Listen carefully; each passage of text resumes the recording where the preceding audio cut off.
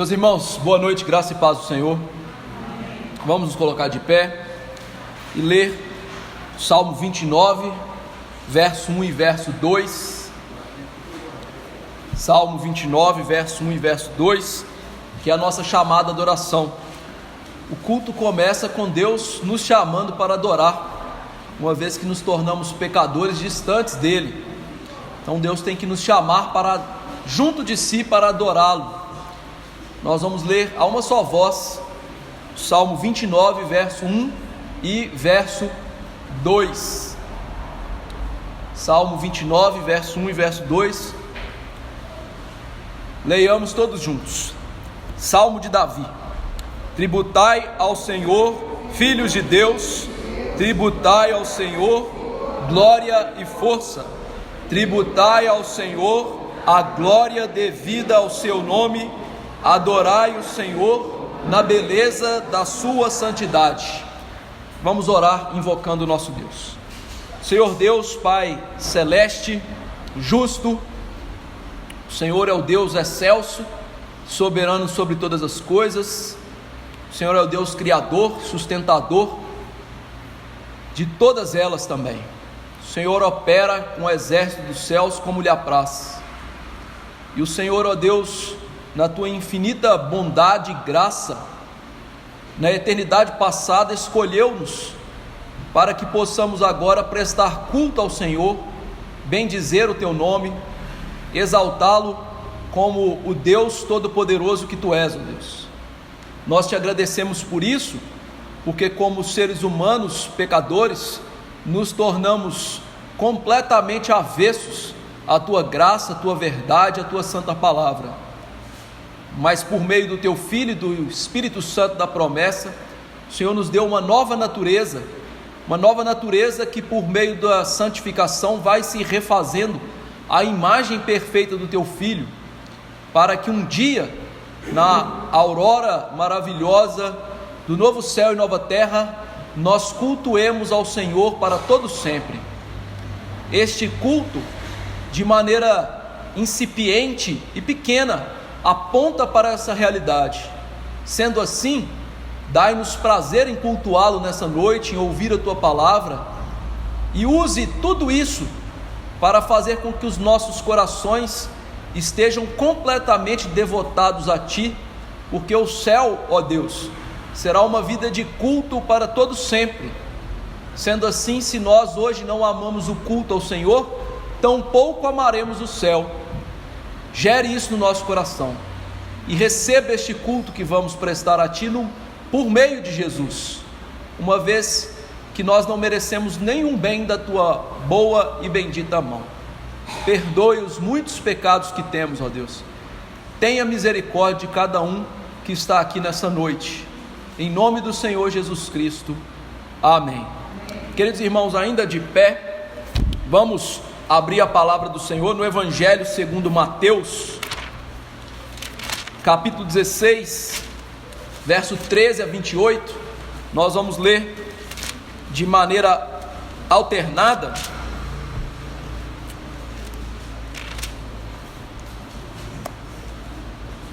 Mateus 16, 13 a 28, nós vamos ler de maneira alternada esse trecho que fala sobre a confissão de Pedro e a missão de Jesus de morrer pelos nossos pecados. Mateus 16, 13 a 28, leitura alternada desse trecho, diz assim: Indo Jesus para os lados de Cesareia de Filipe, perguntou aos seus discípulos: Quem diz o povo ser o Filho do Homem? E eles responderam: uns dizem João Batista, outros Elias, e outros Jeremias, ou algum dos profetas. Mas vós, continuou ele, quem dizeis que eu sou?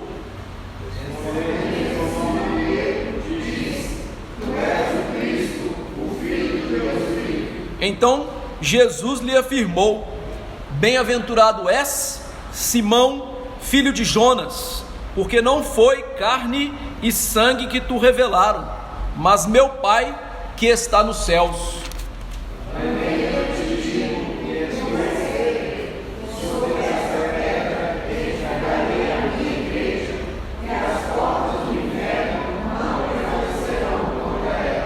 dar-te-ei as chaves do reino dos céus. O que ligares na terra terá sido ligado nos céus, e o que desligares na terra terá sido desligado nos céus.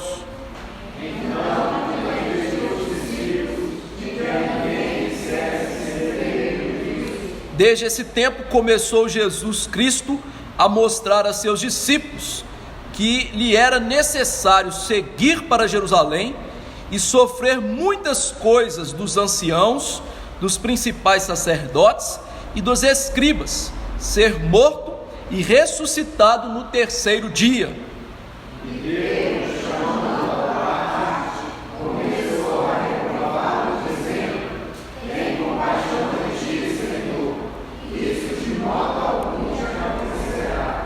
Mas Jesus, voltando-se, disse a Pedro: arreda, Satanás, tu és para mim pedra de tropeço, porque não cogitas das coisas de Deus, e sim das dos homens.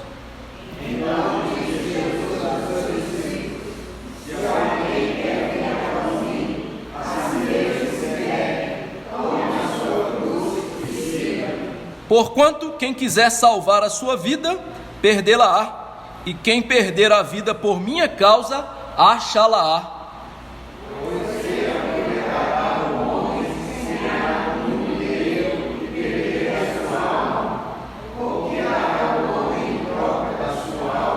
Porque o Filho do Homem há de vir na glória de seu Pai com seus anjos, e então retribuirá a cada um conforme suas obras.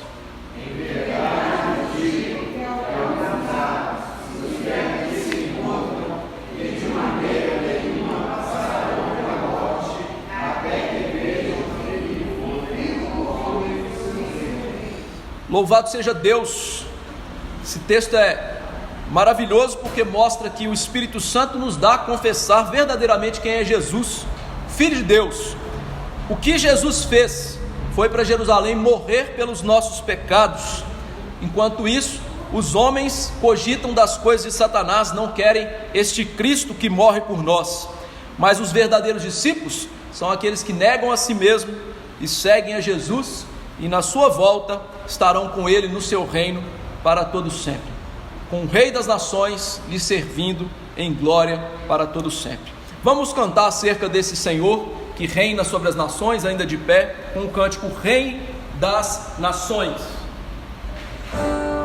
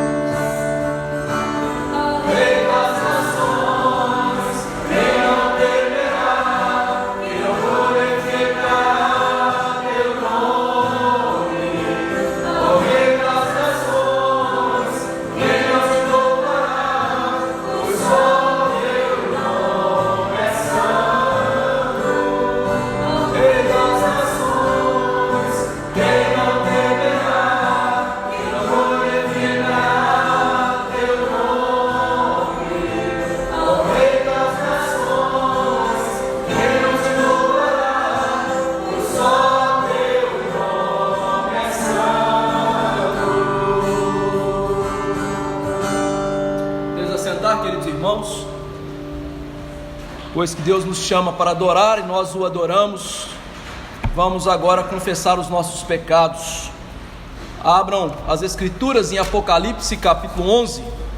Eu vou ler todo o capítulo e peço aos irmãos que acompanhem. Este texto simbólico do livro de Apocalipse, que nos aponta a igreja perseguida até os dias da volta do Senhor Jesus Cristo. Apocalipse 11, eu farei a leitura de todo o texto e peço aos irmãos que acompanhem com muitíssima atenção nas Escrituras. Apocalipse 11, diz assim a palavra do Senhor: foi-me dado um caniço semelhante a uma vara, e também me foi dito: dispõe-te e mede o santuário de Deus, seu altar e os que naquele adoram, mas deixa de parte o átrio exterior do santuário e não meças, porque foi ele dado aos gentios. Estes por 42 meses calcarão aos pés a cidade santa. Darei às minhas duas testemunhas que profetizem por 1260 dias, vestidas de pano de saco.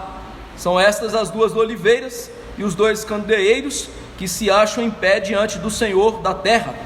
Se alguém pretende causar-lhes dano, sai fogo da sua boca e devora os inimigos. Sim, se alguém pretender causar-lhes dano, certamente deve morrer. Elas têm autoridade para fechar o céu, para que não chova durante os dias em que profetizarem.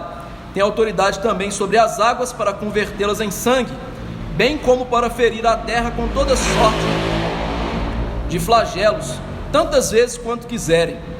Quando tiverem então concluído o testemunho que devem dar, a besta que surge do abismo pelejará contra elas e as vencerá e matará, e o seu cadáver ficará estirado na praça da grande cidade, que espiritualmente se chama Sodoma e Egito, onde também o seu Senhor foi crucificado.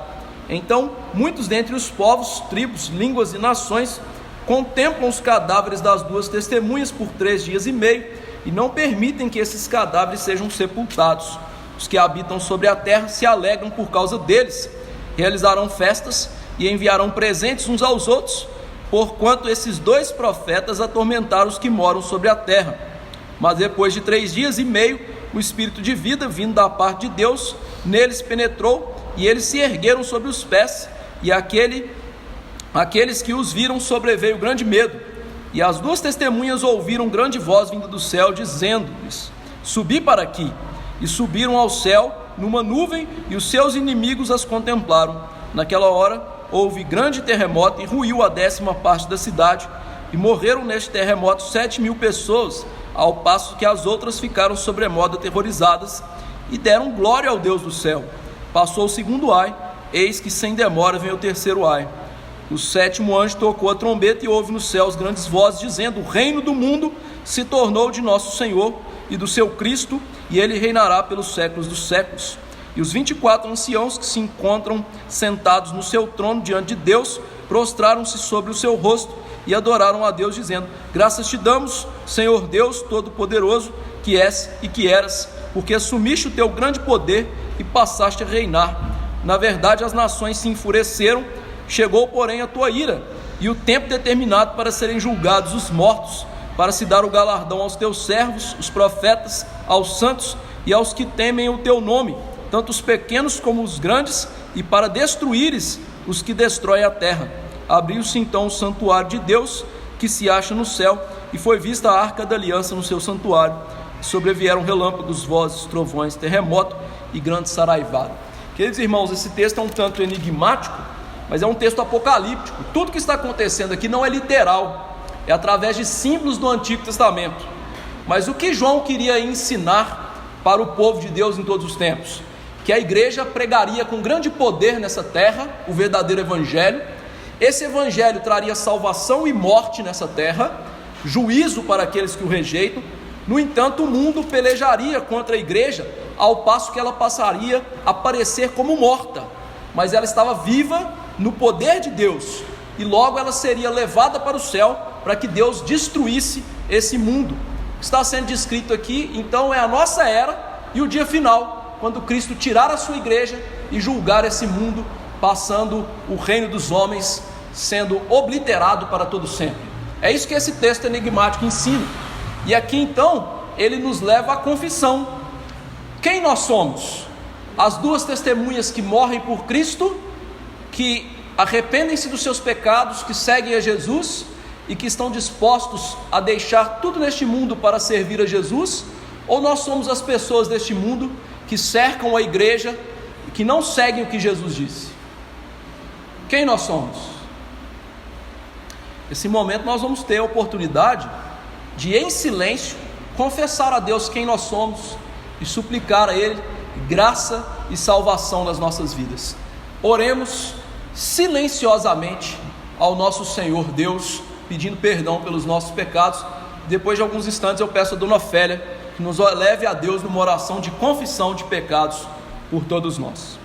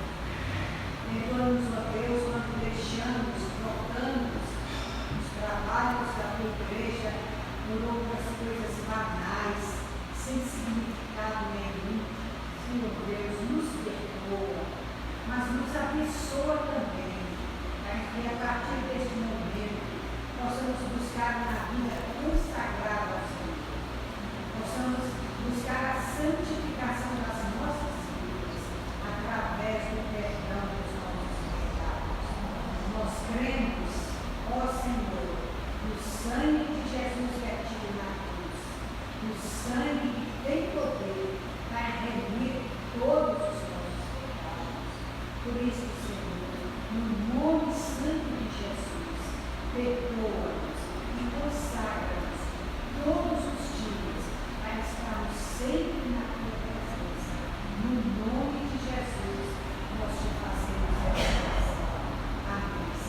Amém.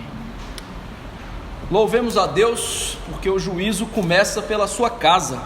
Abramos 1 Pedro 4, versos 7 ao 19, nós vamos ler de maneira alternada esse trecho que mostra que o juízo final começará pelos crentes. 1 Pedro 4, 7 a 19.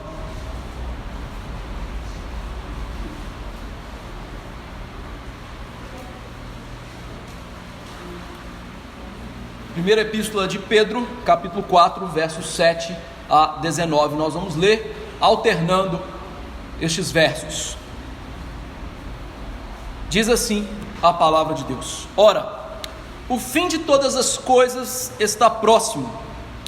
Sede, portanto, criteriosos e sóbrios, a bem das vossas orações.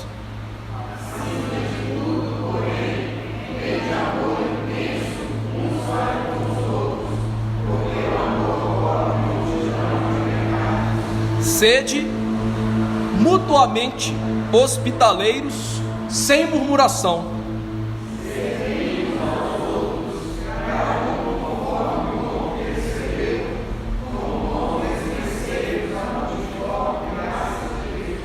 Se alguém fala, fale de acordo com os oráculos de Deus.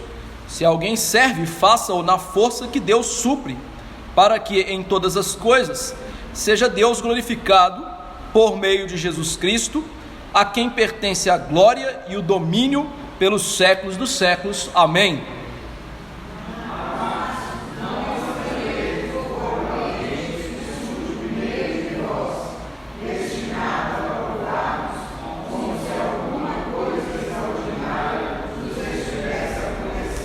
Pelo contrário, alegrai-vos na medida em que sois coparticipantes dos sofrimentos de Cristo, para que também na revelação de sua glória vos alegreis exultando.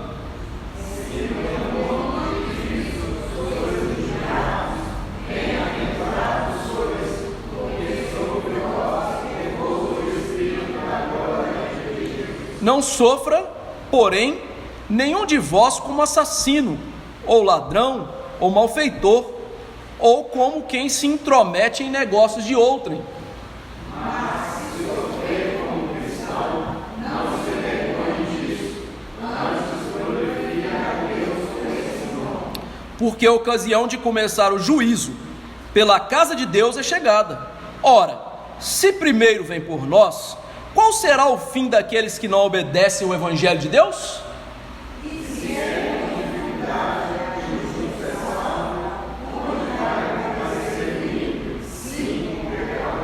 Por isso, também os que sofrem segundo a vontade de Deus, encomendem a sua alma ao fiel Criador na prática do bem. Pedro nos ensina a viver uma vida de boas obras e mostra que nessa vida nós temos muitas aflições e que nós devemos passar por essas aflições em piedade. Sofrer por causa de nossos pecados é vergonhoso, mas sofrer por causa da piedade, isso sim é glorioso. E Pedro nos mostra um grande motivo: o juízo final vai começar por nós. Nós seremos os primeiros a serem julgados por Deus. No entanto, aqueles que são fiéis ao Senhor, que são crentes no Senhor Jesus Cristo, não serão condenados, mas é com dificuldade que o justo é salvo. E o ímpio? Ele não diz aqui, mas nós sabemos implicitamente, aqueles que não servem ao Senhor serão réu do juízo eterno. Deus tenha misericórdia de nós. Vamos nos colocar de pé e cantar o hino 74, porque nós, afinal, merecemos a mesma coisa que os ímpios merecem, o juízo eterno. E aqueles que vieram preparados para dizimar e ofertar, podem fazê-lo aqui à frente no gasofilácio. Hino 74.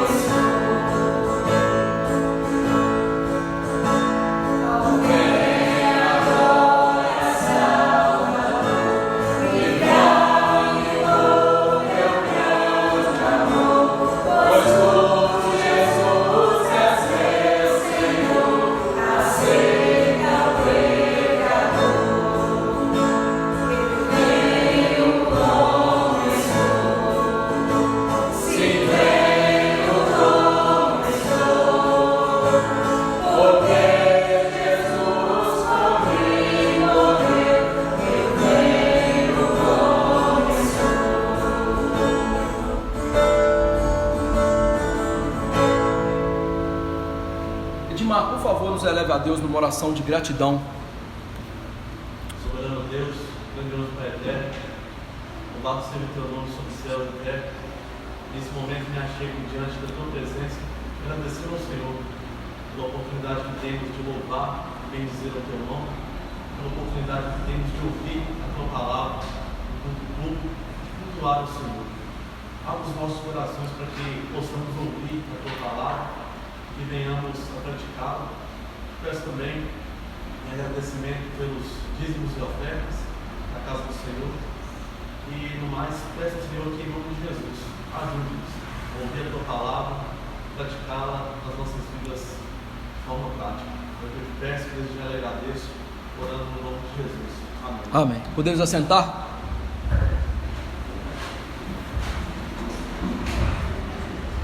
Vamos passar a pregação das Escrituras.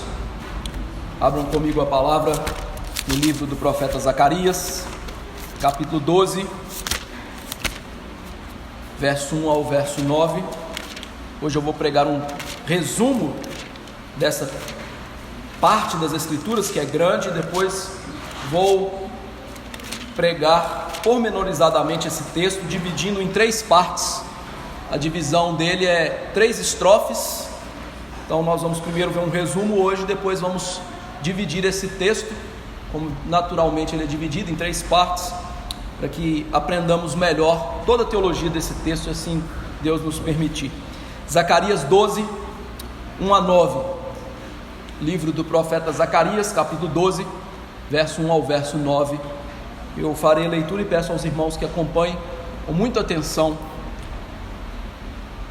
Diz assim: sentença pronunciada pelo Senhor contra Israel. Fala o Senhor, o que estendeu o céu, fundou a terra e formou o espírito do homem dentro dele. Eis que eu farei de Jerusalém um cálice de tontear para todos os povos em redor e também para Judá, durante o sítio contra Jerusalém. Naquele dia farei de Jerusalém uma pedra pesada para todos os povos. Todos os que a erguerem se ferirão gravemente, e contra ela se ajuntarão todas as nações da terra. Naquele dia, diz o Senhor, ferirei de espanto a todos os cavalos e de loucura os que os montam. Sobre a casa de Judá abrirei os olhos e ferirei de cegueira a todos os cavalos dos povos.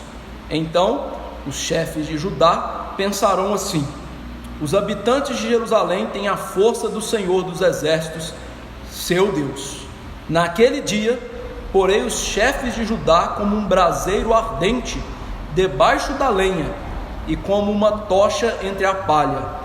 Eles devorarão à direita e à esquerda a todos os povos em redor, e Jerusalém será habitada outra vez no seu próprio lugar, em Jerusalém mesmo.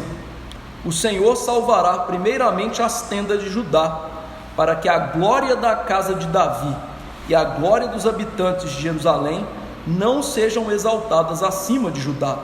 Naquele dia, o Senhor protegerá os habitantes de Jerusalém, e o mais fraco dentre eles, naquele dia, será como Davi, e a casa de Davi será como Deus, como o anjo do Senhor diante deles.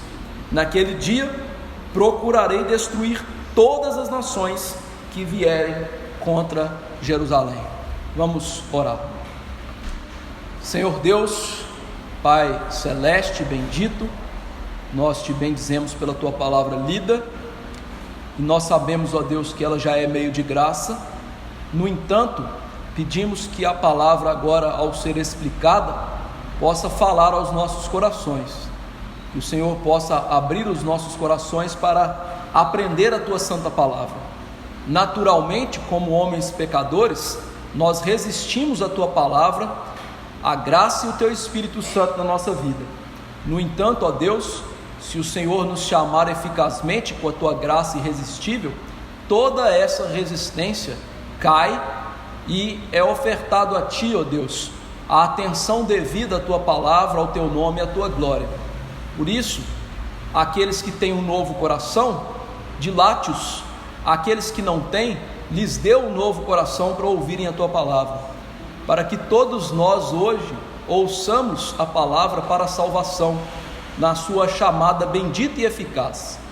Ó Deus, eu te imploro perdão pelos nossos pecados, porque os nossos pecados certamente, ó Deus, eles obscurecem a tua palavra. Nossos pecados tornam nebulosa as Escrituras e sobretudo aquilo que é essencial à salvação. Por isso tenha misericórdia de nós nessa noite. E Senhor, use o pregador para falar das grandezas do Senhor, para que o teu nome seja glorificado. Que eu não busque aparecer, ser visto, ó Deus, como um grande homem, porque de fato sou um pequeno homem, homem pecador, indigno, que carece e está aquém da tua glória. E eu te imploro que esta mesma questão seja feita nos meus irmãos, ou seja, que eles possam aqui nessa noite diminuir, para que Cristo seja formado neles, ó Deus, para que a luz da salvação, a alva, brilhe nos seus corações. Senhor da glória, tudo isso te imploramos, em nome de Jesus Cristo, amém. Queridos irmãos, nós temos visto que esse livro de Zacarias, ele foi escrito depois do povo de Deus ficar 70 anos na maior nação da terra, àquele tempo, a nação chamada Babilônia, que nós conhecemos bem dos documentários, onde havia os jardins suspensos da Babilônia. O povo de Deus ficou lá cerca de 70 anos por conta dos seus pecados. Eles haviam deixado a Deus, haviam vivido uma vida ímpia, uma vida longe de Deus, tanto no coração quanto na prática, e portanto Deus havia punido o seu povo. E agora, de volta no território de Jerusalém, eles estavam reconstruindo a cidade, reconstruindo o templo, reconstruindo sobretudo a vida espiritual, que foi devastada por anos e anos de desobediência. E Deus levanta este profeta, que traz uma mensagem de arrependimento, e traz uma mensagem com uma linguagem apocalíptica. Essa linguagem apocalíptica, há tanta confusão nela na igreja brasileira. Por quê? Porque não é típica da nossa cultura uma linguagem apocalíptica. A linguagem apocalíptica, ela usa símbolos, ela usa elementos tipológicos, elementos extraordinários para apresentar verdades, e nós fazemos confusão com isso. Por isso, este último trecho do livro, sobretudo, que nós estamos vendo, ele é ainda mais apocalíptico, e nós temos que gastar tempo para aprender aquilo que o profeta quer dizer, para que não incorramos em erro. Afinal, as pessoas às vezes leem esses livros apocalípticos, né? E que descreve Satanás como um dragão. E Satanás não é um dragão. Satanás é um espírito, ele nem corpo tem. Então às vezes a gente se embanana nisso, sabe? Então prestem atenção nos símbolos, o que esses símbolos apontam e como eles se relacionam com a igreja de Deus e com o Senhor Jesus Cristo. Ainda mais agora nesta última parte do livro, do capítulo 12 a 14, porque esta última parte vai apresentar de maneira muito centrada Jerusalém, mas não Jerusalém como uma cidade física, mas a Jerusalém que representa a igreja. E nós podemos ter certeza disso, porque a expressão naquele dia, ela é repetida inúmeras vezes, do capítulo 12 ao capítulo 14, e essa expressão naquele dia, ela indica o dia final da história, ou seja, o dia da volta do Senhor Jesus Cristo. Por isso que não se está falando literalmente de uma cidade. Usa-se a terminologia do Antigo Testamento, Judá, Jerusalém, Sião, para apresentar coisas espirituais, a igreja, o povo de Deus, os líderes do povo de Deus. E toda a atenção aqui foca-se no que Deus está fazendo pelo seu povo e a alegria desse povo ao ser usado por Deus. Estes últimos 12, ou do capítulo 12 ao 14, há um foco muito grande no conflito final entre Deus e esse mundo. A rebelião que é descrita na Bíblia, lá em Gênesis 3,15, em que Deus disse que haveria duas sementes guerreando até o fim, a semente de Jesus e a semente de Satanás, vai ser mostrado aqui agora com um grande conflito cósmico e com o julgamento dos ímpios e a salvação final do povo de Deus. Esses últimos capítulos, 3 últimos capítulos, também foca muito na adoração, no sentido de que nós, como servos de Deus, somos servos para adorá-lo, fomos salvos para adorá-lo, e estamos sendo salvos para a adoração final, no novo céu e nova terra, para todo sempre. Por isso, este capítulo 12, verso 1 a 9, que nós vamos ver aqui hoje, vocês vão perceber que o profeta não está falando mais de uma Jerusalém física. A Jerusalém física termina no capítulo 11, em que é descrita a sua destruição, o seu juízo, o preço daquela Jerusalém ter rejeitado Jesus e ter se tornado, como nós lemos aqui no livro de Apocalipse hoje, como Sodoma e Egito. O que João estava dizendo é o quê? Que os judeus, que eram o povo escolhido de Deus, infelizmente se tornaram tão corruptos por deixar a Deus, que se tornaram como Sodoma e Egito, inimigos declarados do povo de Deus. Agora, Jerusalém aqui descreve a igreja, como lá em Apocalipse 21 e 22, a Jerusalém que descia do céu, a noiva, a igreja. E este então capítulo, ele está focando na volta gloriosa de Jesus. Como será essa volta? O que acontecerá com o povo de Deus até esse dia? E o que acontecerá com os ímpios nesse dia? Então, o capítulo 12, verso 1 a 9, ele apresenta a seguinte ideia, ou o seguinte tema central: Deus é o Salvador do seu povo em todos os tempos, mas especialmente naquele dia, o dia do Senhor, o dia da volta de Cristo. Deus é o Salvador do seu povo em todos os tempos, mas especialmente no dia da volta do Senhor Jesus Cristo. Esses versos são um poema de 3 estrofes. Hoje eu não vou dividi-los, vou pregar todas, e daqui a pouco, nos próximos sermões, eu vou dividir as estrofes e nomeá-las, para que a gente aprenda muito bem sobre esse poema. Mas hoje nós vamos aprender correndo por ele. A primeira coisa que vamos aprender aí está no verso 1, que diz: sentença pronunciada pelo Senhor contra Israel. É interessante que todo o capítulo vai descrever a salvação do povo de Deus, mas a anunciação dessa salvação é descrita como sentença.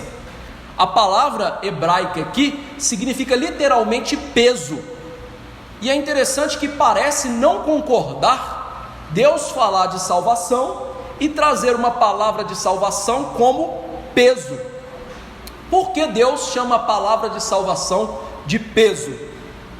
Porque aqui Deus estava prometendo aos miseráveis servos dele que estão sofrendo a promessa da salvação. E essa promessa de salvação, ela de certa maneira é um fardo. Em que sentido a promessa da salvação é um fardo? A palavra de Deus, ela é pesada na sua entrega, em primeiro lugar. Ou seja, a pregação da palavra é um ato de extremo peso. Vocês já notaram que todas as vezes que eu desço desse púlpito, depois de 1 hora de pregação, eu estou extenuado? Pode colocar uma maquinha aqui e levar o pastor direto para o cemitério. Por quê? A palavra de Deus na sua pregação, ela é pesada. Nós precisamos ser fiéis, nós precisamos trazer aquilo que a Bíblia fala, não podemos inventar coisas de nós mesmos.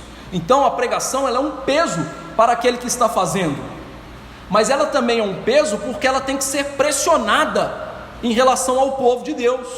A verdadeira pregação, irmãos, não é a pregação água com açúcar, que Deus te ama, Deus vai te dar um carro novo, Deus vai te dar uma casa. A verdadeira pregação é aquela que pressiona o povo, mostrando quem este povo é: um povo pecador, um povo que precisa de salvação, que não é encontrada neles mesmos, mas é encontrada somente em Deus.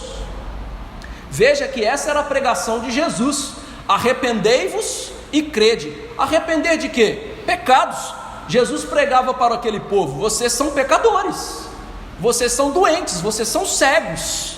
A verdadeira pregação, ela nos pressiona, ela nos instiga, ela nos humilha, ela faz com que saiamos da igreja pesados no sentido de mostrar quem de fato somos. E essa pregação também é um fardo, porque ela traz para os inimigos de Deus a morte eterna deles, a destruição completa deles. É curioso, irmãos, que Deus trabalha de maneiras tão lindas e misericordiosas para aqueles que são salvos, que Ele usa a palavra que tanto os pressiona, os machuca, para salvá-los, para produzir neles arrependimento, choro pelo pecado. Mas essa mesma palavra, naqueles que têm um coração empedernido e que é tomado pelos pecados, essa mesma palavra gera neles repulsa, morte, ódio em relação a Deus. Quantas vezes Jesus pregou e a multidão rilhou os dentes em relação à pregação de Jesus? Quantas vezes os apóstolos pregaram e eles quase foram mortos pela sua pregação? Porque a palavra, ela traz esse peso sobre os ímpios, ela traz a condenação final sobre os ímpios. Então a palavra de Deus é pesada. E, queridos irmãos, ela ensina de maneira especial que a salvação não existe sem grande dor. É muito bonita a salvação que esses falsos pastores e falsos crentes acreditam, de uma salvação que não tem peso na nossa vida e que não tem problema na vida, como se o evangelho fosse um eterno mar de rosas. Mas a salvação descrita na Bíblia não é essa. A salvação descrita na Bíblia é uma salvação que envolve dor para todos os envolvidos, inclusive para Deus. A salvação doeu no coração de Deus, porque quando Ele olhou para a cruz, Ele viu um Filho Santo sendo esmagado pela sua ira. A salvação trouxe dor na alma e no corpo para o nosso Senhor e Salvador Jesus Cristo, quando Ele esteve naquela cruz, levando a ira de Deus que nos pertencia, os pecados que estavam sobre nós e que foram lançados sobre Ele, e ali Ele sofreu e sorveu todo o cálice da ira de Deus, até o ponto do Senhor Jesus: Deus meu, por que me desamparaste? Mostrando que Ele estava numa profunda dor e angústia no corpo e na alma. E a salvação, ela envolve sofrimento para nós que somos crentes. A salvação é inerentemente sofrida e custosa para o povo de Deus. Não existe salvação na vida de um crente sem trazer sobre ele enorme peso, angústia e dor. Em primeiro lugar, porque o juízo, como nós lemos aqui em 1 Pedro 4, 17 e 19, começa pela casa de Deus. E se ela começa por nós, eu creio que um verdadeiro crente jamais vai almejar sentar no banco dos réus e ouvir de Deus os seus pecados. Por isso o Apocalipse descreve os crentes sendo salvos, mas eles tendo que ter as lágrimas enxugadas, porque eles assentaram no banco dos réus e lá eles descobriram quem eles são de fato: homens e mulheres vis, pecadores, cheios de todas as mazelas que estão ali impregnadas nos seus corações. A salvação traz dor, porque é com dificuldade que o justo é salvo, como disse Pedro. A dificuldade do justo ser salvo não é da parte de Deus, mas é da nossa parte, porque Deus não pode permitir que entremos no seu céu santo sem termos os nossos pecados sendo limpos na nossa vida. O processo pelo qual entramos no céu, que é chamado de santificação, envolve grande dor, a morte para nós mesmos. É interessante, ilustrando isso, uma vez eu vi uma senhora, mãe de um grande amigo meu que estava morto no caixão, chorando, em prantos, com uma dor horrível no coração, porque o filho dela havia pedido para ela fazer pão de queijo para ele, e ela disse que não, que estava cansado, e no dia seguinte ela estava no caixão. Uma dor incrível pela morte de um filho querido. Mas essa dor dessa mulher não se compara a morrer para nós mesmos, que Jesus nos chama a fazer. Jesus mostrou aqui no texto de Mateus que nós lemos, que aquele que não morre para si mesmo jamais entra no reino dos céus. E morrer para si mesmo envolve dor. Negar quem você é, negar os seus desejos pecaminosos, envolve uma grande luta. Por isso Paulo descreveu isso como se ele esmurrasse o próprio corpo para poder morrer para si mesmo. E essa é a mensagem verdadeira. Por isso que a mensagem da salvação a ser pregada nos demais versos, ela é um peso, salvação é pesada. E veja que essa mensagem é verdadeira, porque disse aí: fala o Senhor que estendeu o céu, fundou a terra e formou o espírito. Ou seja, Deus prova a veracidade dessa mensagem, mostrando que Ele é o Criador dos céus, da terra e do homem. Ou seja, Deus traz peso a essa mensagem, traz aqui uma veracidade à mensagem. Por quê? Porque Ele é o Deus Criador, Ele é o Deus verdadeiro. A autoridade dele é a autoridade de quem criou os céus e a terra. Por isso, queridos irmãos, que esta doutrina falsa, que nós conhecemos como teoria da evolução, mas nos é ensinada como uma verdade absoluta, ela é totalmente contrária ao cristianismo bíblico. Porque o cristianismo bíblico ensina Deus como um criador dos céus e da terra e um criador do homem. E o peso de toda a escritura está no fato de Deus ser quem Ele diz quem Ele é. Percebe que as escrituras começam: no princípio criou Deus os céus e a... Tudo que vem daí vem do Deus criador dos céus e da terra. Se você não crê que Deus é o criador dos céus e da terra e é o criador do homem, que Ele tem poder infinito para isso, tão pouco você pode se chamar crente, e tão pouco você pode esperar ter a salvação na sua vida. Porque Deus jamais poderia salvar algo e alguém que Ele mesmo não criou.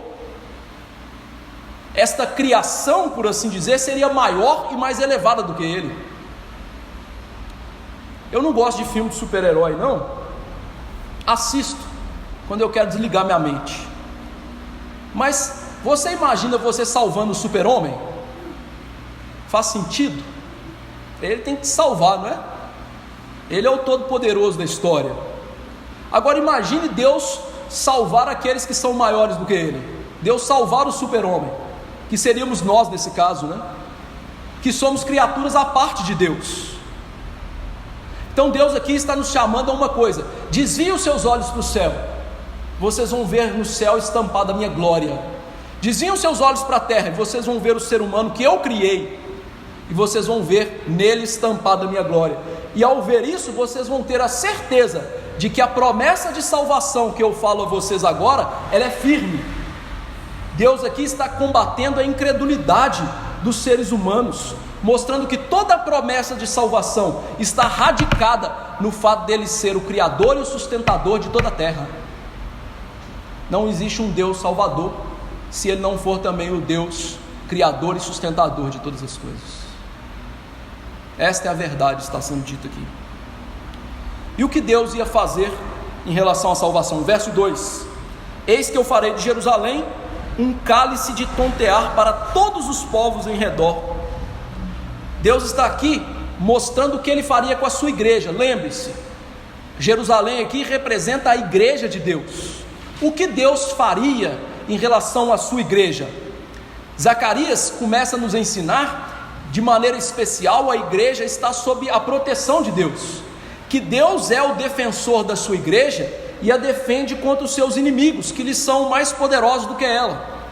O profeta aqui está dizendo que ele tornaria a igreja segura e protegida na luta contra os seus inimigos, que são incansáveis. E ele usa aqui de maneira figurativa essa ideia de que Jerusalém seria na mão de Deus, ou a igreja seria na mão de Deus, protegida, e não só protegida, ela seria um instrumento para trazer juízo ao mundo. Por isso, Jerusalém aqui é descrita como um cálice de tontear para os povos em redor. Nós sabemos que nas Escrituras, cálice é um símbolo da ira de Deus, do juízo de Deus.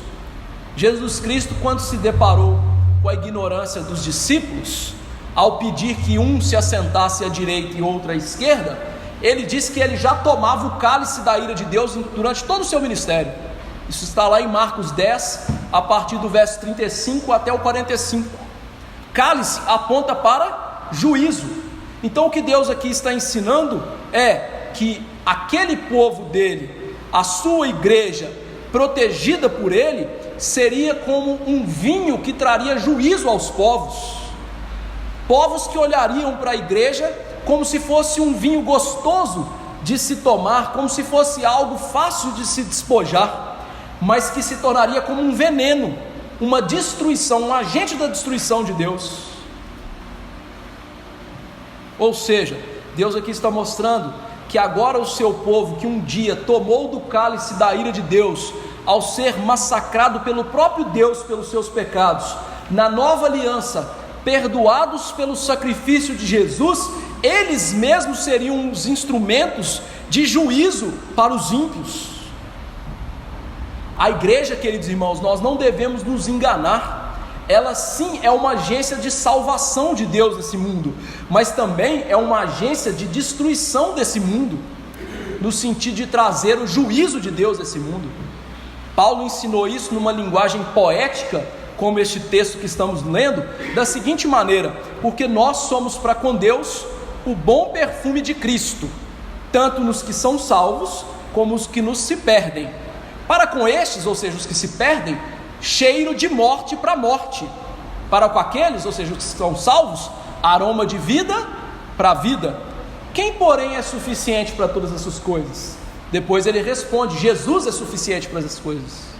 A ideia do apóstolo é que nós, igreja do Senhor, nós exalamos um cheiro agradável e maravilhoso de vitória, de salvação para aqueles que são salvos, para aqueles que amam a Jesus Cristo. No entanto, para aqueles que não amam a Jesus, que não querem seguir a Jesus, que não se confessam como pecadores, pessoas que precisam da graça de Deus nas suas vidas, nós somos um cheiro de morte. Vou dar um exemplo simples. Você já viu um velório? O velório tem aquelas coroas de flores, não é mesmo? Aquelas flores ali, a gente costuma brincar que tem cheiro de defunto, não é? No entanto, você já reparou que aquelas mesmas flores, elas são usadas também em casamento? Mas no casamento ela tem cheiro de defunto? Tem cheiro de vida, de aliança de Deus. Percebe? Cheiro de vida e cheiro de morte. A igreja, ela é isso em relação ao mundo. Ela é cheiro de vida para aqueles que recebem a palavra com avidez, creem na mensagem do evangelho. Mas a igreja também, ela fede ao mundo por não receber a palavra da verdade.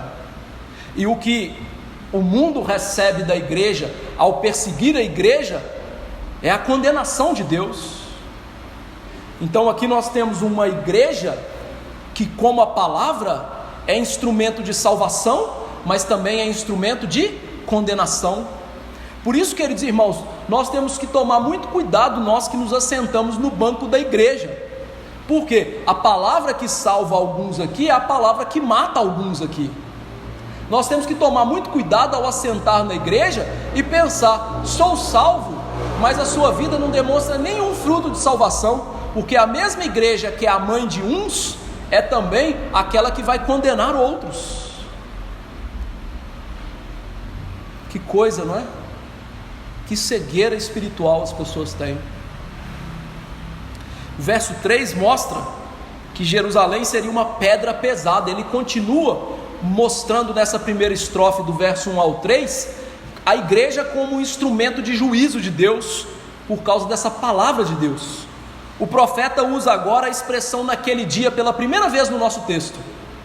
Essa expressão naquele dia, quando nós vasculhamos o Antigo e o Novo Testamento, nós vamos ver que esta expressão aponta para o dia final da história, o dia da intervenção final de Deus neste mundo, o dia decisivo, o dia do juízo eterno, o dia que Deus vai enviar o seu Filho, não mais para trazer salvação, mas para trazer juízo, para trazer morte eterna para aqueles que nunca aceitaram a sua palavra. Esse dia, queridos irmãos, é um dia horrível para os ímpios, um dia que Apocalipse descreve os ímpios dizendo assim: caiam pedras, caiam montes sobre nós, nós não podemos suportar a ira do Cordeiro. O dia final, queridos irmãos, vai ser um dia que os mais valentes vão ser como crianças medrosas em relação ao escuro. Aqueles que são os mais poderosos nesse mundo vão se tornar mimosos diante de tudo. aqueles que se julgam, sabe, cheio de empáfia, orgulho, como se dissesse assim: eu não preciso de Deus, eu não preciso do Evangelho, eu não preciso desse mundo, eu posso viver minha vida de prazeres, de pecado. Nesse dia vão tremer de tal maneira, queridos irmãos, que eles vão cair de joelhos diante de Jesus, ao ver a glória de Jesus, quem de fato é aqueles que ele negaram, aqueles que eles fizeram questão de não ir na sua cruz para serem salvos. O dia do Senhor é um dia terrível, é um dia de trevas, um dia de angústias,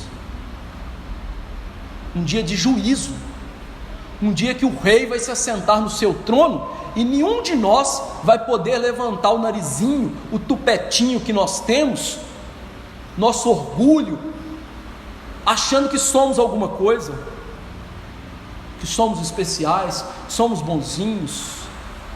Esse dia vai ser um dia de todo mundo baixar a cabeça diante do juiz de toda a terra, naquele dia. Mas naquele dia Deus usaria a sua igreja para condenar o mundo. Veja que isso é descrito de maneira simbólica.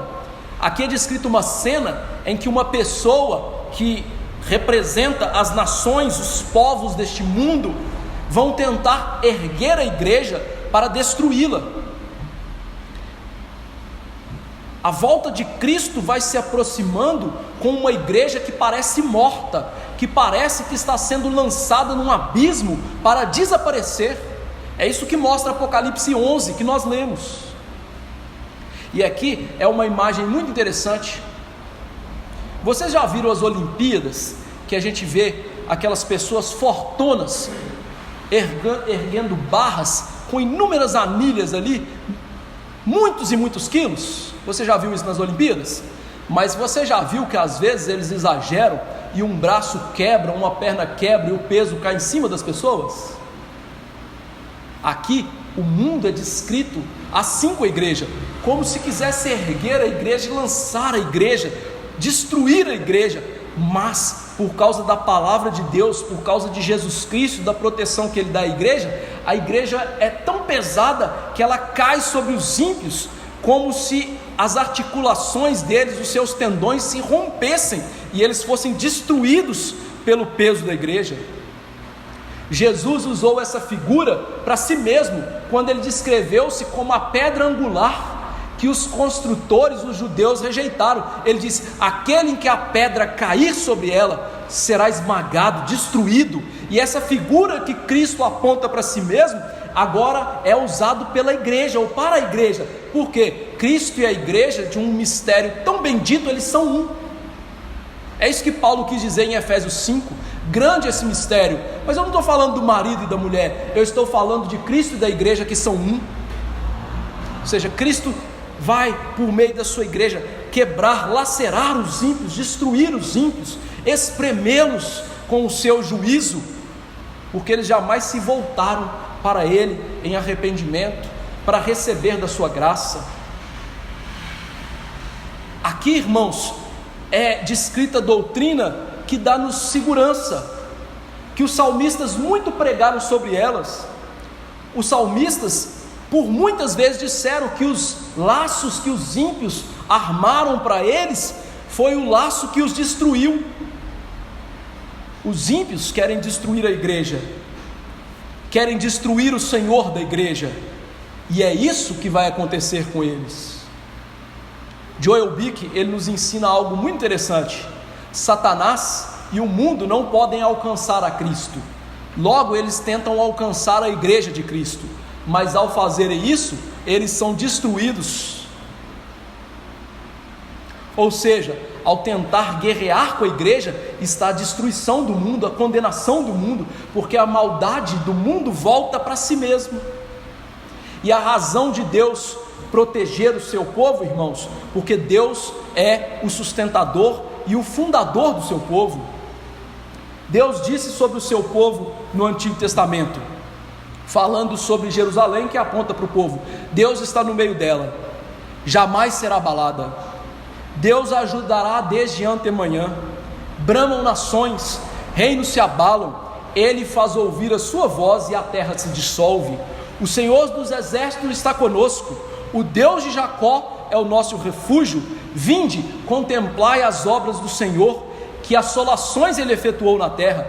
Ele põe termo à guerra até os confins do mundo, quebra o arco e despedaça a lança, queima nos carros de fogo. Aquietai-vos e sabei que eu sou Deus, sou exaltado entre as nações, sou exaltado na terra. O Senhor dos exércitos está conosco, o Deus de Jacó é o nosso refúgio. Salmo 46, 5-11. Ou seja, Zacarias acrescenta que todas as nações rebeladas seriam feridas pela igreja de Deus. E é interessante que ele diz todos os povos. E aqui é importante isso no texto, porque há muitos que dizem que essa Jerusalém aqui é a Jerusalém física que foi reconquistada por Israel na década de 40, de 1940, mas não, ele diz todos os povos. Todos os povos são todos os povos, ou seja, todos os povos são contrários à igreja. O que está sendo descrito aqui é este mundo que persegue a igreja e quer destruir a igreja, usados por Satanás para trazer a única esperança de salvação no mundo, a agência pregadora da palavra, para o seu fim. Mas graças a Deus por Jesus Cristo. Jesus Cristo nos ensinou que tudo isso que está sendo mostrado aqui, isso de fato aconteceria conosco, que a igreja não seria destruída, mas que essa igreja no mundo passaria por inúmeras aflições. Por isso Jesus disse: no mundo vocês vão passar por aflições, tem de bom ânimo, eu venci o mundo.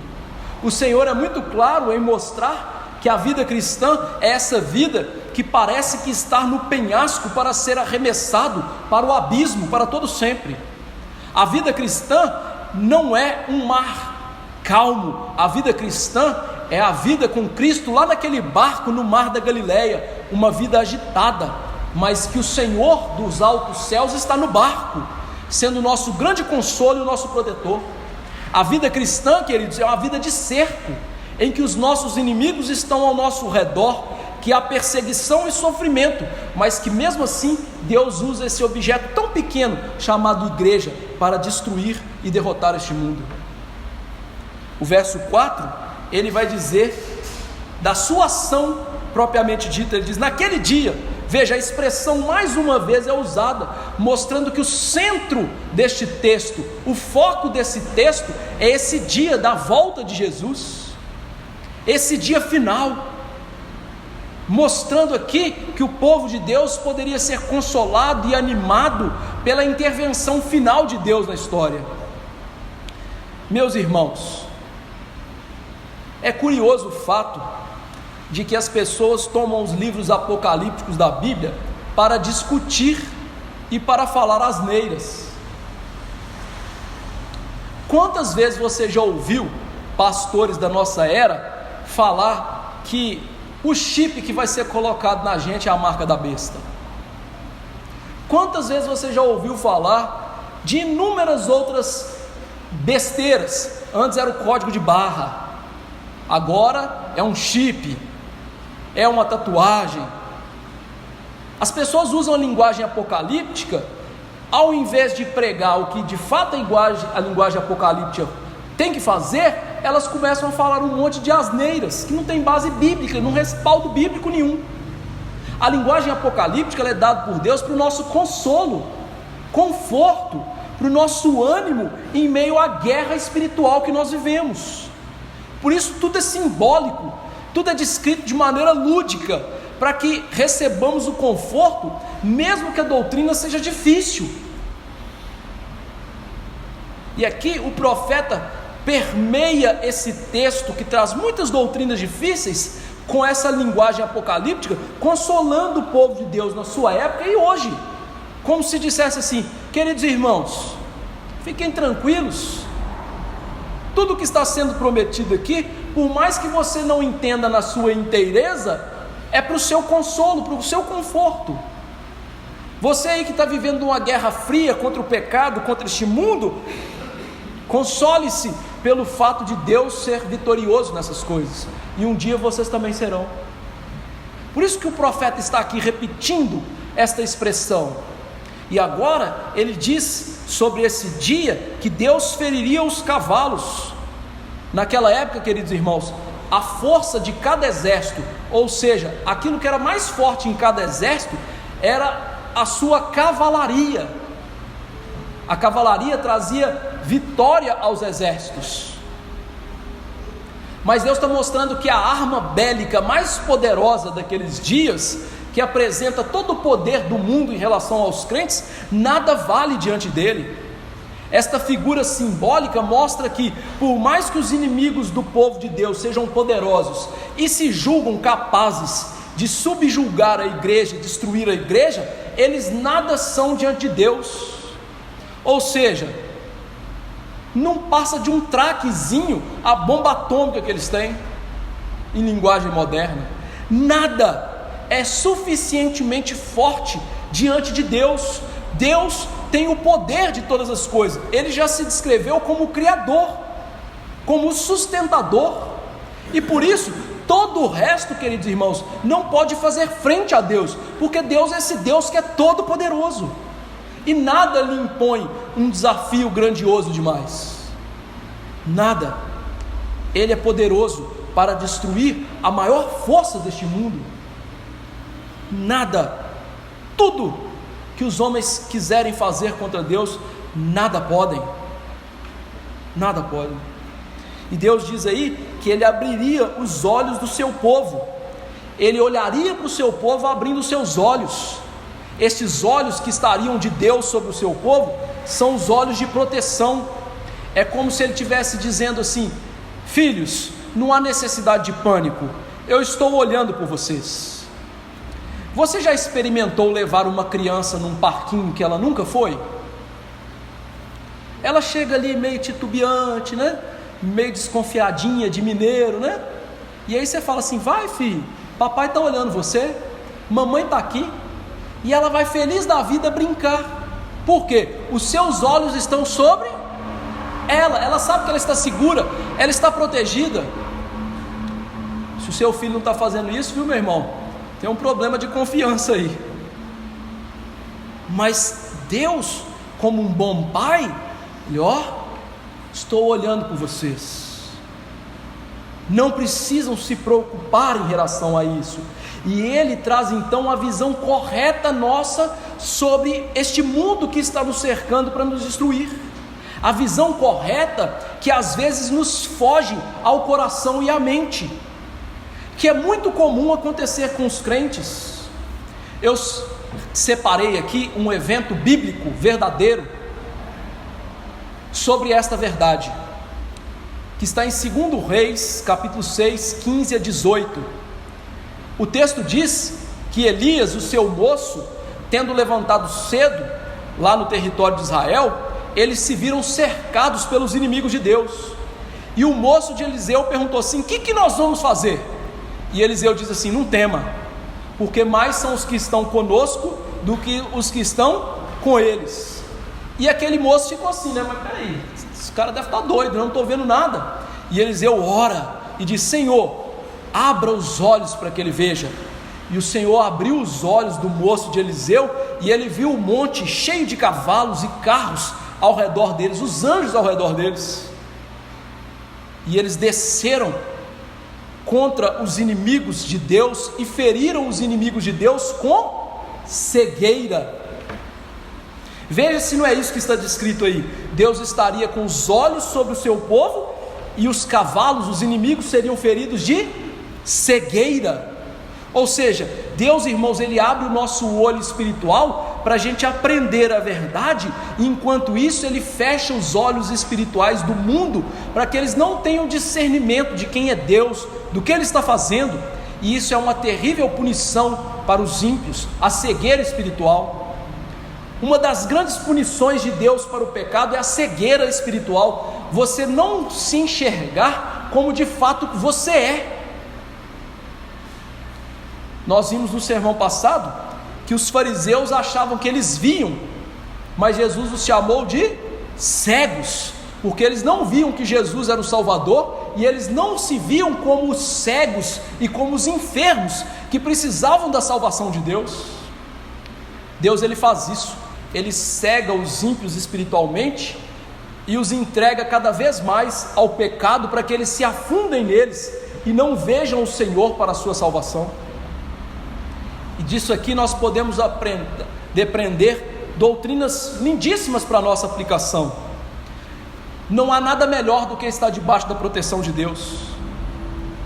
Por mais destituída que a igreja esteja de fortalezas físicas, por mais hostil que seja o mundo em relação a nós, Deus está nos protegendo, e não há nada melhor do que isso.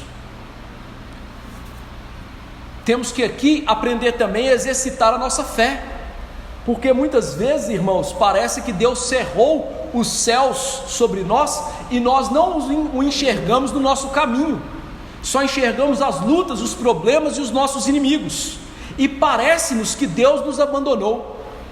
Mas Deus faz isso para que aprendamos da nossa cegueira e exercitemos a nossa fé, e andemos não pelo que vemos, mas por aquilo que de fato é, pelo Senhor, que é todo poderoso, é infinito, é o Salvador, o protetor da sua igreja, mas que nós não os vemos com o olho humano, mas pelo olho da fé.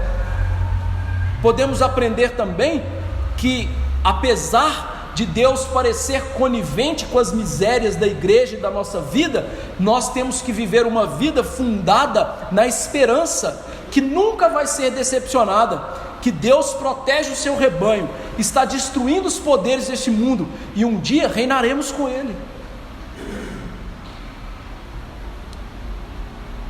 Por isso o verso 5 diz o que diz: os chefes de Judá pensarão assim: os habitantes de Jerusalém têm a força de Deus.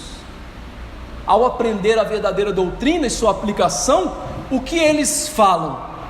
Esse povo de Deus realmente tem a proteção de Deus. Eles confessam acerca de Deus e da proteção de Deus nas suas vidas. Eles declaram que a força das suas vidas não está neles mesmos. Eles aprendem aquilo que Jesus disse: sem mim nada vocês podem fazer. Eu sou a videira verdadeira, vocês são os ramos. Ou seja, nós só podemos gozar do privilégio espiritual, da salvação, da proteção de Deus, porque fomos enxertados em Cristo. O poder está em Cristo, a glória está em Cristo, a salvação está em Cristo, tudo está em Cristo e não no ser humano. E essa força da salvação, da santificação, de uma vida de piedade, indica que Deus é o nosso protetor, que Deus está conosco. É muita tolice, irmãos, pensar de nós mesmos além do que convém. Paulo nos ensina isso muitas vezes: aquele que gloriar, glorie-se no Senhor. Aquele que pensa de si mesmo mais do que convém é tolo. Deus, através deste verso, quer tirar da sua igreja toda a sensação de autossuficiência, daqueles que se acham fortes à parte de Deus, que confiam nas suas forças e habilidades. Irmãos, os crentes humildes, eles sabem que a vitória deles contra o pecado vem de Deus, que a mudança nos seus corações não vem deles mesmos, vem de Deus, que tudo o que há de bom na vida deles, que eles produzem segundo a palavra de Deus, vem do Senhor. Ele preparou as boas obras, Ele nos levantou dos mortos, Ele opera em nós o querer e o realizar, como disse Paulo. E esse poder, ele está disponível na vida de todo aquele que crê. E esse é o verdadeiro poder de Deus na igreja, o poder de seres humanos que se rendem a Deus, que não querem mais satisfazer a carne e os seus pecados. O verdadeiro poder de Deus são vidas que creem em Cristo e confessam o pecado. Este é o sinal que segue o povo de Deus. Muitas igrejas têm afastado este sinal verdadeiro da igreja, dizendo que os sinais são curar pessoas, levantar mortos, expulsar demônios. O que nós temos aprendido aqui, que esses sinais cessaram, mas o verdadeiro sinal que ninguém quer buscar é uma vida transformada, santificada, um joelho calejado de oração, olhos mareados por causa do pecado, um coração palpitando pela palavra de Deus. Pessoas que deixam as oportunidades de pecar para poder se dedicar às coisas santas, e sem dar desculpas, reconhecem que tudo isso vem da graça de Deus nas suas vidas. E depois dessa confissão, o profeta diz: naquele dia, porei os chefes de Judá como um braseiro ardente de lenha. Deus está dizendo que nessa gloriosa intervenção na história, Ele usaria o seu povo para incendiar os inimigos, que são comparados como palha. Aqui está por trás da mente do profeta o Salmo 1, que descreve os ímpios como palha que são levados pelo vento, que são pessoas que não têm fundamento nas suas vidas, que estão correndo daqui para lá em busca de prazeres, mas não são radicados na verdade, na graça, na salvação, numa vida santificada segundo a lei de Deus. Lembre-se, esse texto é apocalíptico. Então os ímpios são descritos como palha, uma palha que vai queimar. Por isso Jesus Cristo, certa vez, foi descrito por João Batista como aquele que tem a sua pá na mão e que colocaria fogo na eira. João Batista descreveu Jesus trazendo um batismo pelo Espírito e um batismo de fogo. O batismo de fogo, irmãos, não é ficar falando línguas irreconhecíveis que não são línguas de verdade. O batismo de fogo é o batismo do juízo final. Se você quer ser batizado com fogo, fique à vontade, mas eu quero dizer que você vai queimar como palha. O juízo de fogo é o que está sendo descrito aqui, o Senhor usando o seu povo para julgar o mundo, para destruir os ímpios. E veja, um povo que é um instrumento fraco, titubeante, um povo que é um instrumento que não tem poder em si mesmo, mas será o povo de Deus que vai julgar este mundo tenebroso, este mundo, irmãos, que está pronto para ser lançado no fogo do Senhor. Abra comigo 1 Coríntios 6:2, para que você não pense que eu estou inventando isso, descrevendo falsamente a igreja. 1 Coríntios 6:2.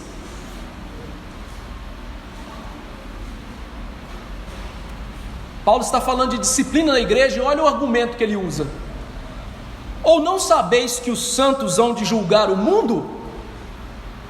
Está falando, a igreja vai julgar o mundo. Ora, se o mundo vai ser julgado por vocês, sois acaso indignos de julgar as coisas mínimas?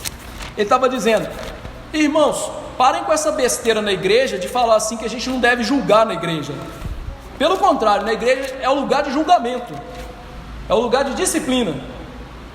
E por que é o lugar de disciplina?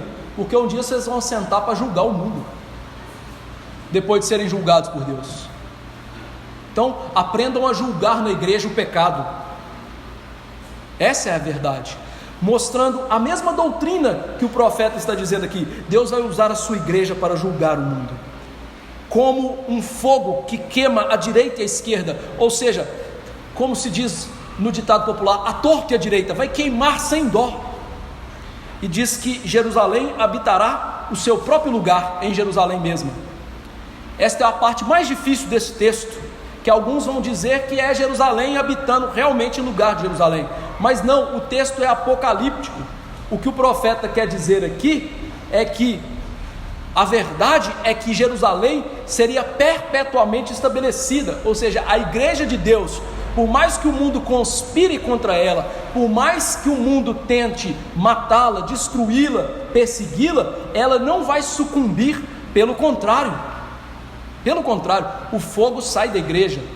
Jesus descreve o seguinte: também eu te digo, tu és Pedro, e sobre esta pedra não é Pedro, é a pedra da confissão de Pedro, esta pedra, não essa pedra, esta, olha a diferença, ó, esta pedra e essa pedra.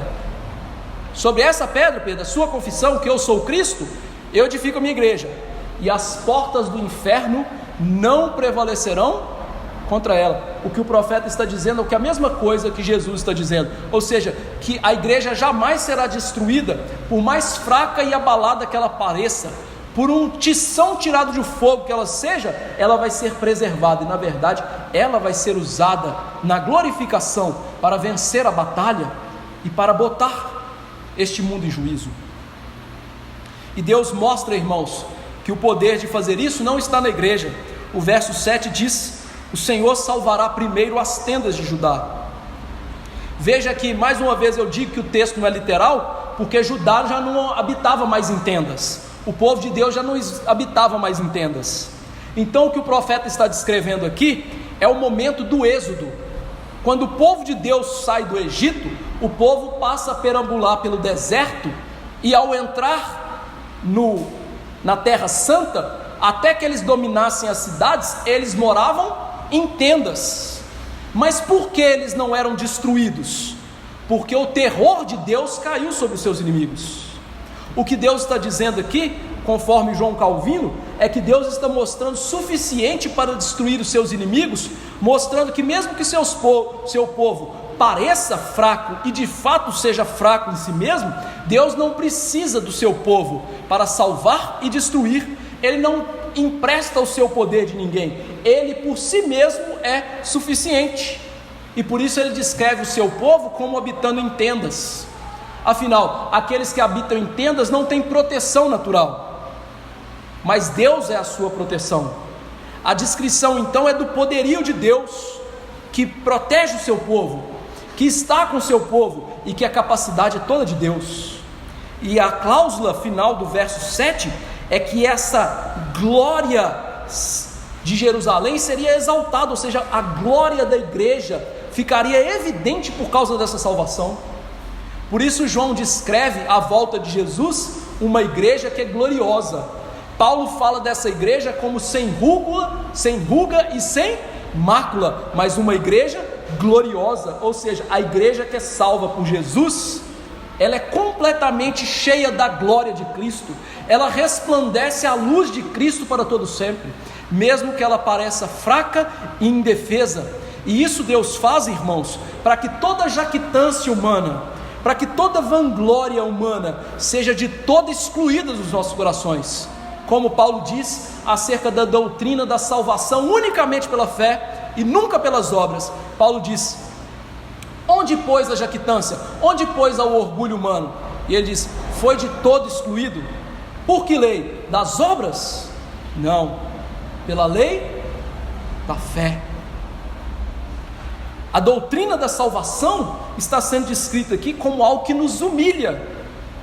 Nós não somos salvos pelo nosso feito, ou as nossas proezas, ou pelos poderes que há em nós. Pelo contrário, nós homens pecadores, se não fosse pela graça de Deus, jamais iríamos desejar o bem espiritual. Somos completamente depravados para o bem espiritual. Se queremos e ansiamos esse bem, é por causa da salvação e da graça nas nossas vidas.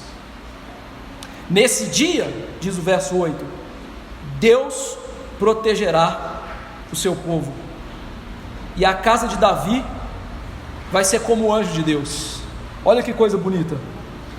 O profeta está no mesmo assunto, mostrando que, mesmo que esse povo esteja aí, aparentemente à mercê dos seus inimigos, Deus é o verdadeiro escudo e protetor do seu povo. Apesar de fracos, indefesos, incapazes em nós mesmos, até para a nossa salvação, quanto mais para a nossa defesa final, Deus é o nosso escudo, Deus é a nossa cidadela. E queridos irmãos, se Deus não fosse o nosso escudo e cidadela, nesse dia da volta de Cristo que está sendo descrito aqui, nós seríamos destruídos pela sua ira. Nós não somos consumidos por Jesus, por quê? Porque Ele se interpõe em nós em relação à sua ira. O Senhor Jesus Cristo não nos julga com o mundo, porque Ele vê em nós o seu sangue, a marca da sua graça, o perdão, a justificação de pecados, a santificação que vem do Espírito Santo, porque senão seríamos consumidos com o mundo. Como já expusemos aqui em Filipenses, Paulo descreve o Senhor Jesus Cristo como se fosse um grande guarda-chuva em relação à ira de Deus, impedindo que a ira de Deus caia sobre nós. E assim, nós somos guerreiros exímios nessa obra da santificação, porque Ele nos protege, porque Ele está conosco, porque Ele vai nos dar a salvação final. Aqui é a promessa final de salvação, de que nós, queridos irmãos, seremos salvos finalmente por Cristo e através de Cristo. Por isso o verso diz que a casa de Davi seria como o anjo de Deus. Nós sabemos que o anjo de Deus nas Escrituras é o Senhor Jesus Cristo. Todas as vezes que vemos a descrição do anjo de Deus, o anjo de Yahvé no Antigo Testamento, é o Senhor Jesus Cristo antes de se encarnar, lutando, preservando, salvando, dando graça ao seu povo. Foi esse anjo que os tirou do Egito, foi esse anjo que os preservou no deserto, foi esse anjo que entrou com eles e destruiu Jericó e as nações das terras as quais eles foram conquistar, a terra prometida. Esse anjo é a presença de Cristo em todos os tempos com seu povo, e aí diz que a salvação vem desse anjo do Senhor, que é da tribo de Judá. Por isso o Apocalipse o descreve como o leão da tribo de Judá, o cordeiro que foi morto antes da fundação do mundo, o cordeiro santo de Deus que tira o pecado do mundo. Ele é o vencedor, é Ele que vence as batalhas, Ele que derrota Satanás, e Ele que derrota o nosso coração perverso, nos dando um coração de carne para seguirmos a sua palavra. A verdadeira vitória do povo de Deus chama-se Jesus Cristo. A nossa vitória não está em nós mesmos, por isso Paulo diz que em Cristo nós somos mais do que vencedores. Ou seja, por meio daquele que nos amou é que nós temos a vitória. A vitória não é nossa de fato, a vitória é de Deus, a vitória é do Cristo, Salvador do seu povo. Irmãos, muito contrário a essa doutrina, às igrejas que têm pregado que nós somos vitoriosos, que nós devemos viver nessa vida como reis, com cabeça erguida, que Deus nos colocou por cabeça e não por cauda. Não, a nossa vitória de verdade é Jesus. É Ele que é a vitória de verdade. Mas o que Jesus vai fazer no dia da sua volta? Naquele dia procurarei destruir uma nação? Todas as nações. É interessante que quando Jesus fala no evangelho do juízo final, ele diz que todas as nações estarão diante dele. Apocalipse 20 descreve o juízo final como todas as pessoas diante de Jesus. O que o profeta aqui então está nos mostrando é que naquele dia, ou seja, no dia da volta de Jesus, vai ser o dia da destruição de todos os ímpios. Por isso Deus diz aí, procurarei destruir. A ideia de procurarei destruir aqui, Deus está dizendo assim, eu vou ser zeloso, eu não vou ser negligente na destruição, eu anseio por destruir, eu tenho essa vontade santa de punir os meus inimigos. Essa promessa aqui se estende para esse reino de Cristo na sua volta gloriosa, para que nós consideremos o estado em que nós vivemos durante todo esse período que nós vivemos com santa esperança de quê? Que os nossos inimigos, que hoje parecem dominar o mundo, parece que são aqueles que são abençoados por Deus, parece que são aqueles que vivem vida regalada, um dia eles serão de todos destruídos. Toda injustiça será julgada, toda incredulidade será julgada. Esta é a promessa perpétua para a igreja, da vitória final, no dia do julgamento, no dia em que o Senhor lançar fogo sobre a terra, destruir a velha terra, fazendo novos céus e nova terra. Essa profecia, irmãos, apesar de nos trazer uma certa angústia, porque nós sabemos que muitos dos nossos parentes vão perecer naquele dia e estão caminhando para o perecimento, ela é uma doutrina consoladora, porque a igreja hoje, tão perseguida, tão maltratada, tão blasfemada, tão ridicularizada, é uma igreja verdadeiramente vencedora, e naquele dia será gloriosa. Naquele dia verá os seus inimigos, todos eles, postos para o juízo eterno, e não haverá de maneira nenhuma chance de redenção ou de salvação. Paulo descreve este período que se chama hoje, que nós vivemos, os últimos dias, em Coríntios 15, 23, 24, 1 Coríntios. E então virá o fim, quando ele, Jesus, entregar o reino ao Deus e Pai, quando houver destruído todo o principado, bem como toda potestade e poder.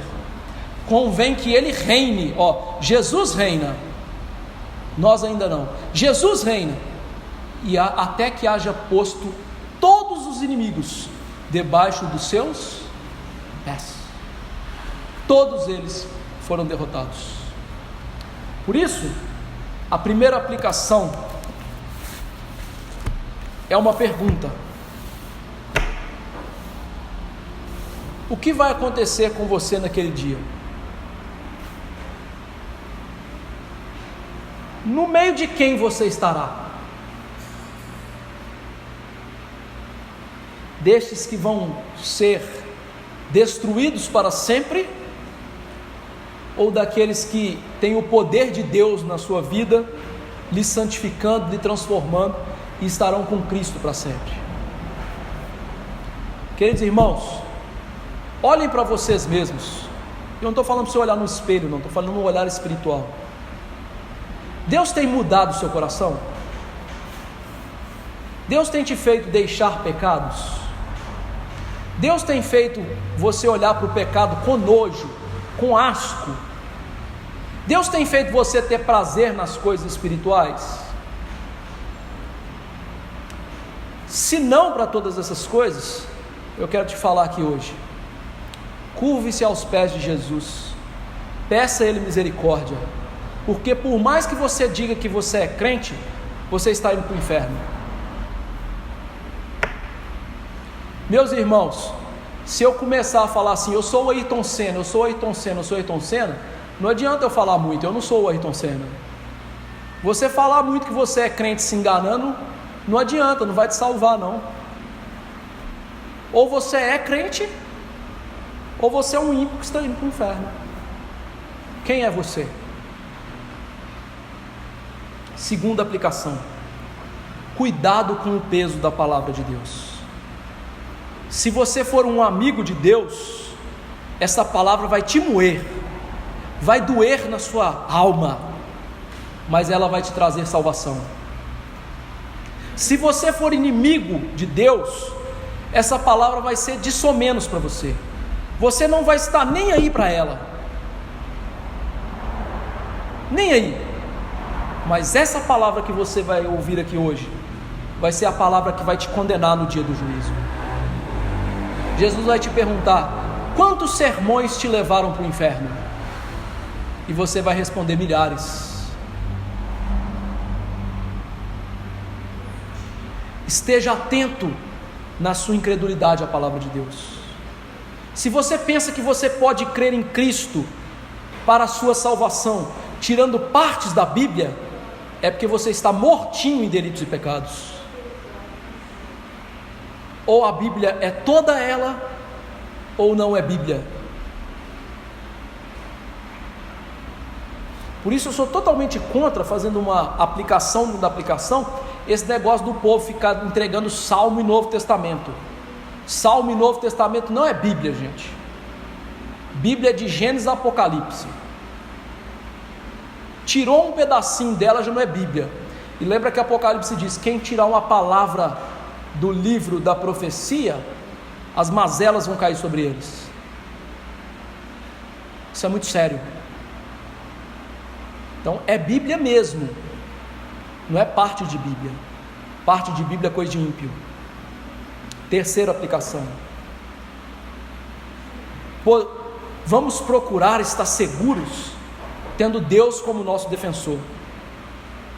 Mas para que Deus seja seu defensor, você tem que se humilhar diante dele, se humilhar em arrependimento, Somente com a humilhação em arrependimento, você vai passar a ser príncipe de Deus e não inimigo de Deus. Lembre-se que para Jacó deixar de ser o enganador, ele teve que se humilhar e manquejar para o resto da sua vida. Por isso Jesus disse: é melhor você entrar maneta ou manquejando no reino dos céus do que todo o seu corpo ser lançado no inferno. O arrependimento e a luta contra o pecado tem que ser tal na nossa vida que manquemos espiritualmente como Jacó. Sem a humilhação de verdade, não há salvação de verdade. Ou você vai diante de Deus e fala quem você é de verdade, ou você vai ouvir no dia do juízo para a sua condenação. Quarta aplicação: aprenda que as provações da vida testam a nossa fé e a nossa paciência, mas é desta maneira que é aperfeiçoado o poder de Deus. O poder de Deus, irmãos, atinge o objetivo na nossa vida, na nossa fraqueza. Por isso Paulo disse: quando eu estou fraco é que eu sou. Por quê? Quando ele sabia da fraqueza dele, mais ele tinha o poder de Deus na vida dele. Se as suas provações forem demoradas, não murmure, fique com os olhos fitos em Jesus, porque Ele está lá para te ajudar. Ele nunca dorme, Ele nunca deixa que as provações sejam maiores do que você pode suportar. Cristo sempre nos dá o escape das nossas provações. Quinta aplicação: saiba que a verdadeira vitória da sua vida não está nos bens que você possui. Há milhões e milhões entrando no inferno cheios de dinheiro, mas vazios de Jesus. A verdadeira vitória nossa não é passar num bom vestibular, não é ter uma boa casa, não é ter boas roupas. A verdadeira vitória nossa é ter Jesus na nossa vida, é ter o anjo da aliança morando em nós pelo Espírito Santo. É nele que somos mais do que vencedores. É numa vida de fé. Se você considerar as coisas dessa vida como as melhores, saiba, você está perdendo as coisas melhores, que é desfrutar de Cristo, do seu perdão, da sua glória. Isso é o melhor. Sexta aplicação: nessa vida nós devemos lutar pelo Evangelho como guerreiros. Nós sabemos que os nossos inimigos estão sendo derrotados por Jesus. Por isso, lute nessa guerra, santificando a sua vida, matando o seu pecado, pregando o verdadeiro Evangelho. E não seja enredado por este mundo como se você não estivesse em guerra. Você está em guerra. E meus irmãos, Satanás não dorme. Você dorme pelo menos umas 5 horas por noite, se você for igual ao seu pastor, tiver insônia.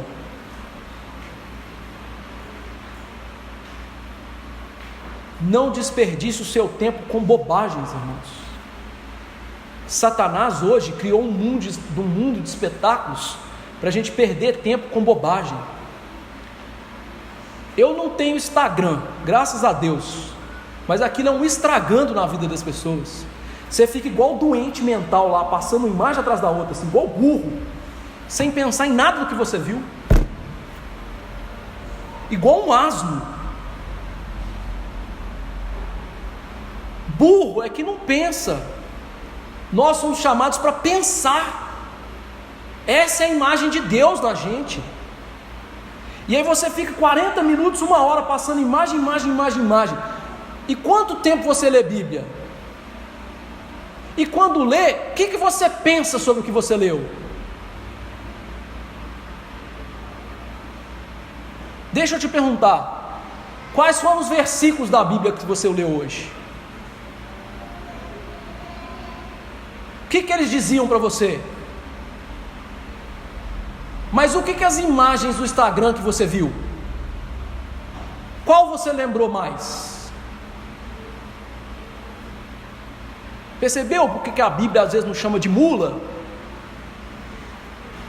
Porque a gente está agindo igual bestas feras, nesse mundo que Satanás criou e nos aprisiona, correndo espetáculo atrás de espetáculo, e perdendo o espetáculo da glória de Deus, derrotando esse mundo.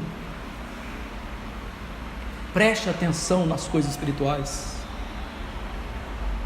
Sétima e última aplicação: aprenda a exercer a sua fé quando Deus parece lançar você para o dente dos lobos. Embora pareça que Deus não nos ofereça ajuda visível, Ele sabe nos livrar por meios ocultos. Você não os percebe, mas o propósito de Deus é um: testar se você tem uma verdadeira fé. Aprenda que quando Deus parece conveniente, com todo o sofrimento que você passa, Ele está lá, junto com você, para mostrar-lhe se você tem uma fé verdadeira ou não, para lhe dar mais conhecimento dEle. Nós temos o livro inteiro de Jó para nos ensinar essa verdade.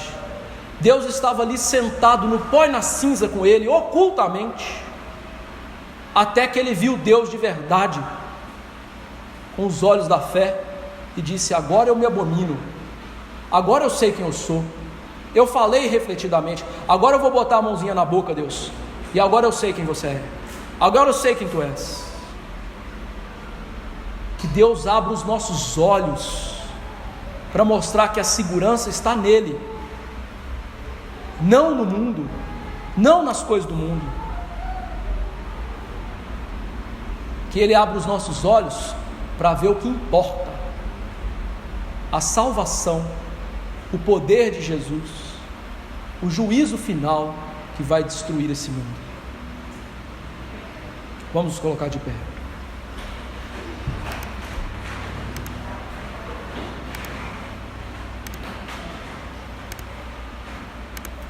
Senhor Deus, graças te dou pela tua santa palavra, Senhor.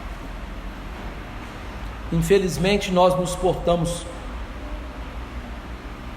como os ímpios desse texto, às vezes, cegos, confiando em cavalos, confiando a Deus em coisas materiais, achando que uma vida de pecados não traz consequências. Ó Deus, tenha misericórdia de nós.